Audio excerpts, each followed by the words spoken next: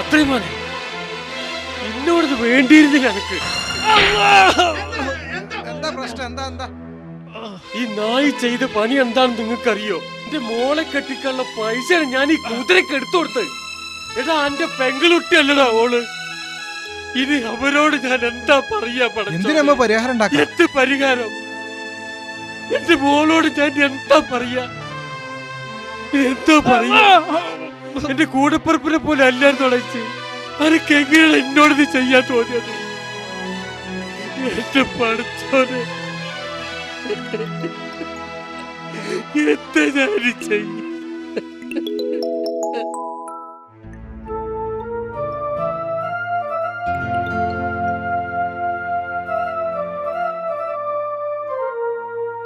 മുസ്തഫ,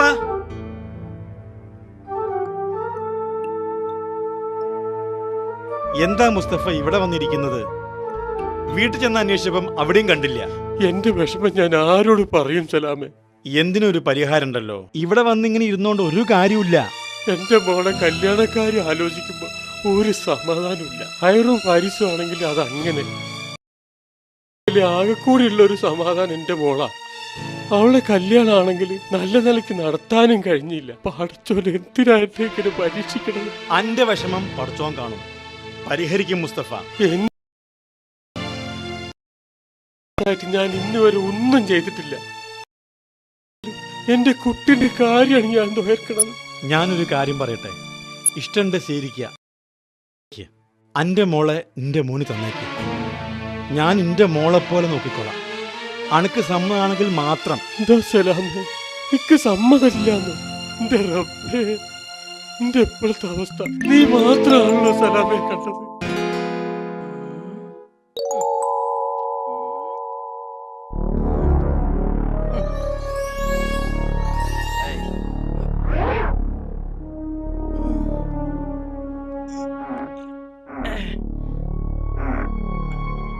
ഇവിടെ വെച്ച് അളിയില്ല, ഞാൻ മതിയായിരുന്നു.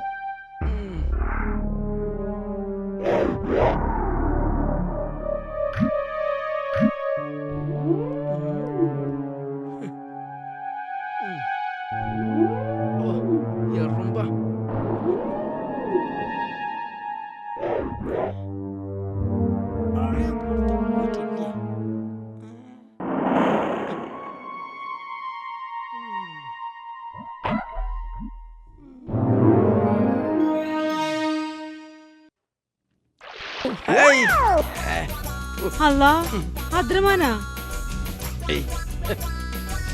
അല്ല താത്ത, അളി എന്റെ അവിടെ. അദ്രമൻ എന്ത് പണിയാ ചെയ്തത്? ഞാൻ താത്താനോട് ചോദിക്കാം, താത്ത എന്ത് പണിയപ്പോ ചെയ്തത്? ചക്കക്കുരു.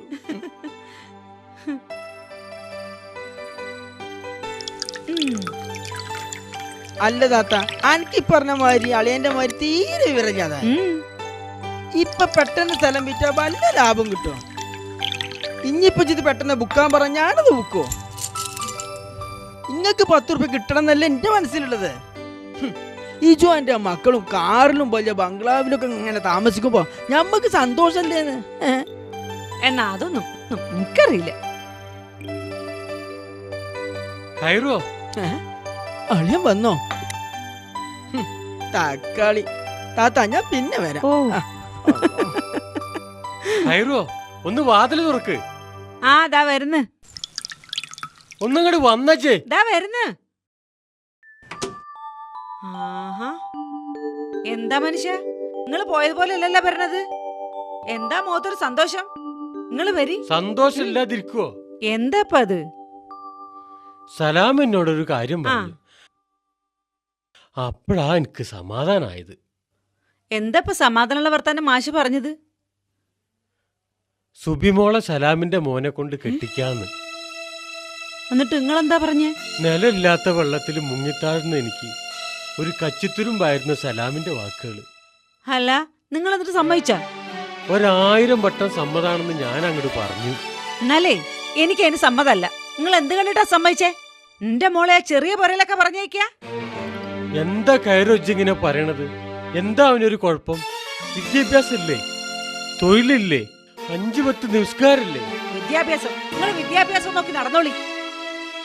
അല്ല പിന്നെ മോനെ ഫാരിസേ, അനക്ക് കേക്കണ എന്റെ വാപ്പാ എന്റെ പെങ്ങക്കൊരു കല്യാണാലോചനയിട്ട് വന്നിരിക്കുന്നു. ആരാണെന്ന് എനക്കറിയുവാ? ആ മാഷിന്റെ മോന്. എന്തപ്പാ നിങ്ങൾക്ക് തീരെ അന്തഞ്ചേ? നമ്മളെ സ്റ്റാറ്റസ് നമുക്ക് നോക്കണ്ടേ? അതേടാ, ബാപ്പാക്ക് അന്തല്ലായിരുന്നു, ഇപ്പൊ കുറച്ച് അന്തം വെച്ച് തുടങ്ങിയിട്ടുണ്ട്. നോക്കി, നിങ്ങൾ ഓന്റെ മെക്കിട്ട് കയറണ്ട. എന്ത് വന്നാലും ഈ കല്യാണത്തിന് എനിക്ക് സമ്മതല്ല. അത് ഇജ്ജല്ലേ തീരുമാനിക്കേണ്ടത്. എന്റെ മോക്ക് ഓനെ ഇഷ്ടാണെങ്കിൽ, അത് മേലുള്ള തീരുമാനിച്ചിട്ടുണ്ടെങ്കിൽ ഞാനത് അങ്ങോട്ട് നടത്തുകയും ചെയ്യും, ഇജ്ജ് കൂടെ ചെയ്യും. ഓ, ഇനി ഇങ്ങോട്ട് വാടാ പാരീസേ. മോളെ, ഈ പറയണതല്ല ഇജ്ജ് കേട്ടതല്ലേ, എന്താ എന്റെ അഭിപ്രായം? എനിക്ക് സമ്മതാണ് ഉപ്പ.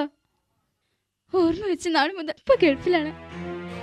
ഇന്ന് വരെ എന്റെ ആവശ്യം വെച്ച് ഉപ്പാക്ക് ഞാൻ കത്തയച്ചിട്ടില്ല. ഉപ്പാന്റെ എല്ലാ പ്രയാസങ്ങളും പരിമിതികളും എനിക്കറിയാം. ഇപ്പൊ എന്ത് ചെയ്യണതും എന്റെ നന്മയ്ക്കായിരിക്കും. ആമിർ നല്ലവനാണ് മോളെ, ഇപ്പാന്റെ കുട്ടീനെ ഓൻ കരയിക്കൂല.